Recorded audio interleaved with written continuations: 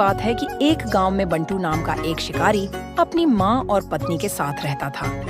वह जंगल में शिकार करने जाता और वहां जाकर दाना डालकर जाल बिछा देता। फिर वह वहीं बैठकर इंतजार करने लगता। जब कोई पक्षी उसके जाल में फंस जाता तो वह उसे साथ ले जाता और बाजार जाकर बेच देता था। इस तरह उसकी रोजी रोटी का इंतजाम हो जाता था और इसी तरह उसकी जिंदगी के दिन बहुत अच्छे गुजर रहे थे। फिर एक दिन बंटू शिकार के लिए जा रहा होता है। हाँ माँ, मैं शिकार करने जा रहा हूँ। दुआ करना आज कोई अच्छा शिकार मिल जाए। हाँ बेटा, मेरी दुआ तुम्हारे साथ है। आज तुम्हारे जाल में बहुत अच्छा शिकार फंसेगा। ठीक है माँ जी, फिर मैं उसे बेचकर बहुत अच्छा खाना लेकर आऊंगा।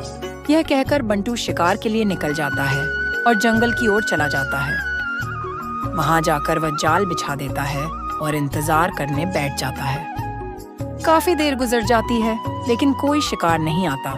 यह आज जंगल के पक्षियों को क्या हो गया है कि आज तो कोई पक्षी ही नहीं आ रहा। वह यह सोच ही रहा होता है कि अचानक वहां एक खूबसूरत मोरनी आ जाती है। बंटू की खुशी का कोई ठिकाना नहीं रहता।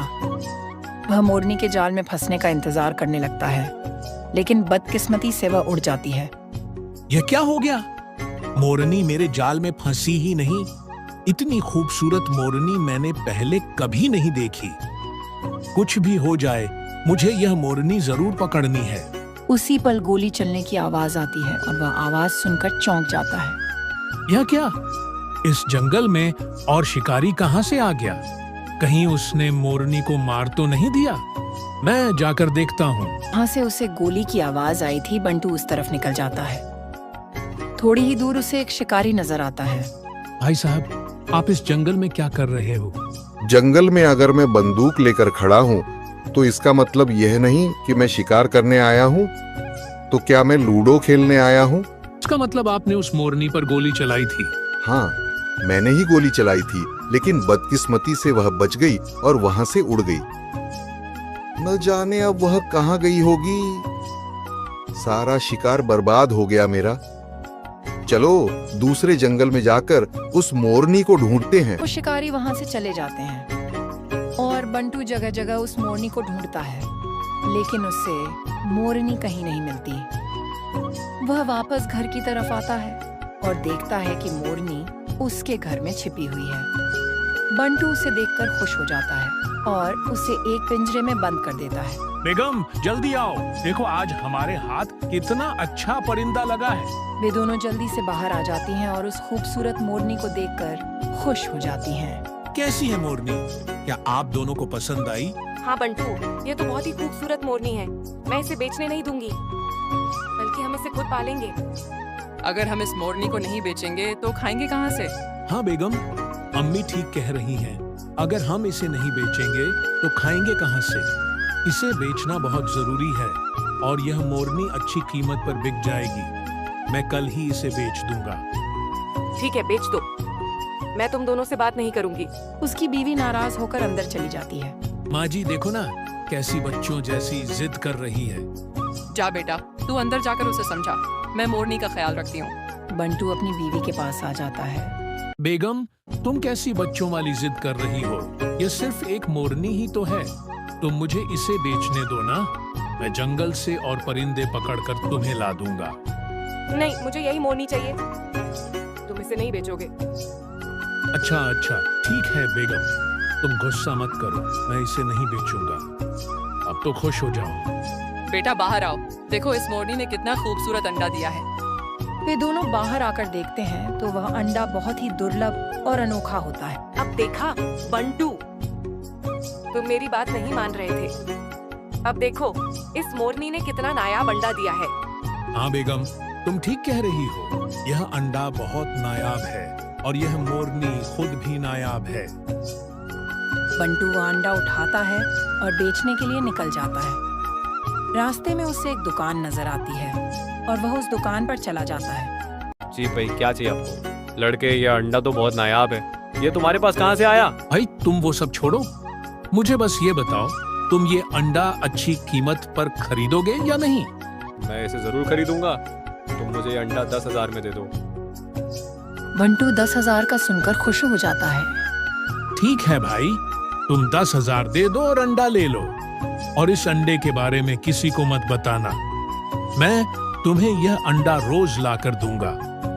ठीक है, मैं किसी को नहीं बताऊंगा, लेकिन तुम ये अंडा मुझे रोज ला कर दोगे। बंटू 10,000 लेकर घर आता है और अपनी माँ और बीवी को सारी बात बताता है।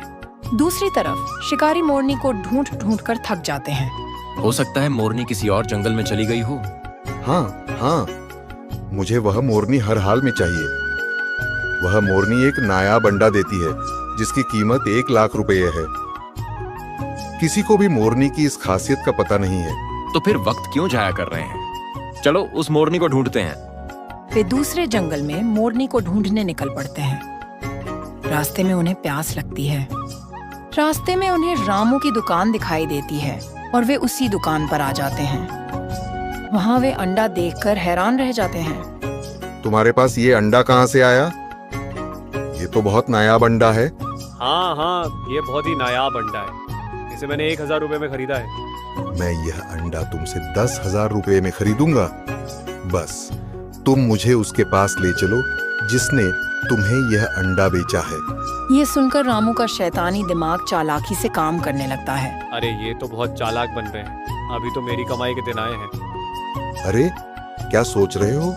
मैं ये सोच रहा हूँ कि अगर मैं तुम्हें उसके पास ले जाऊँ तो मुझे क्या फायदा होगा। अगर तुम मुझे उसके घर ले जाओगे तो मैं तुम्हें पूरे 1 लाख रुपए दूंगा। क्या 1 लाख रुपए? मेरे जानू, तुम कल शाम को मेरे पास आना, मैं तुम्हें उसके पास ले जाऊंगा। यह सुनकर वे खुश हो जाते हैं और वहाँ से चले जाते हैं। अब आएगा मजा जब पूरी 1 लाख की दिहाड़ी लगेगी। फिर जब सुबह होती है तो बंटू मोरनी के पास आता है और देखता है कि मोरनी ने फिर से वही नायाब अंडा दिया है। वह अंडा लेकर फिर से रामू की दुकान पर आ जाता है। भैया, ये अंडा ले लो और मुझे 1,000 रुपए दे दो। रामू उसे 1,000 रुपए देकर अंडा ले लेता है।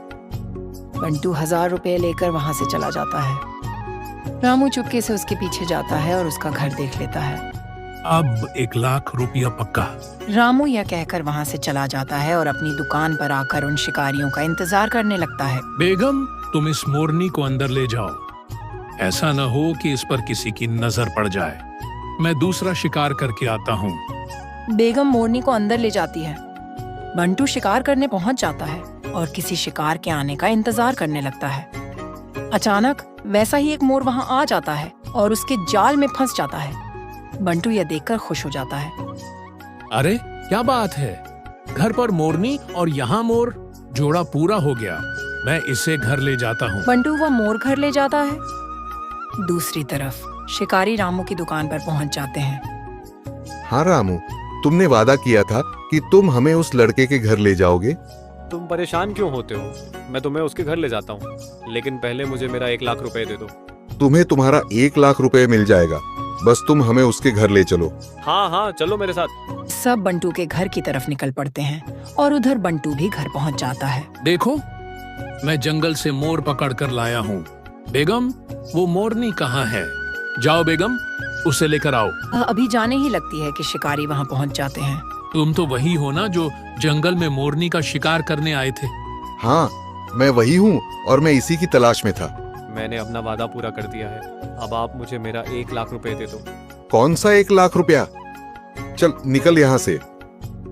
तुझे पता भी है कि यह मोरनी कितनी कीमती है? यह कहकर वे शिकारी मोरनी लेकर चले जाते हैं। भाई मुझे माफ कर दो, मैंने लालच में आकर तुम्हारे घर का पता बता दिया। कोई बात नहीं, वे बेवकूफ मोरनी की जगह मोर लेकर गए हैं। अब आएगा मजा जब वो मोर अंडे नहीं देगा और वे रोते रोते मेरे पास आएंगे। भाई तुम उस मोरनी के अंडे मुझे बेचना, मैं अब तुम्हें धोखा नहीं दूंगा। ठीक है रामू भाई, मैं अब सिर्फ आपको ही अंडे बेचूंगा। दूसरी तरफ शिकारी मोरनी के अंडे का इंतजार करते। रे, ये मोरनी अंडा क्यों नहीं दे रही?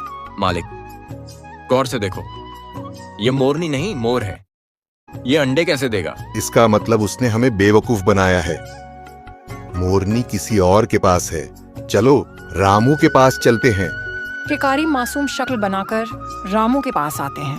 अरे रामू भाई, वो मोरनी नहीं मोर था। मोरनी नहीं थी तो मैं क्या करूं? मोर से ही अंडे निकलवा लो। मोर अंडे कैसे देगा? वैसे ही देगा जैसे तुमने मुझे 1 लाख रुपए दिए थे। चलो निकलो यहाँ से, मैं तुम्हें बताता हूँ। यह कहकर रामू उन्हें जोर जोर से मारता है और फिर वहाँ से भाग जाता है। शिकारी उसके पीछे भागते हैं लेकिन गड्ढे में गिर जाते हैं। इस तरह उन्हें उनके किए की सजा मिल जाती है।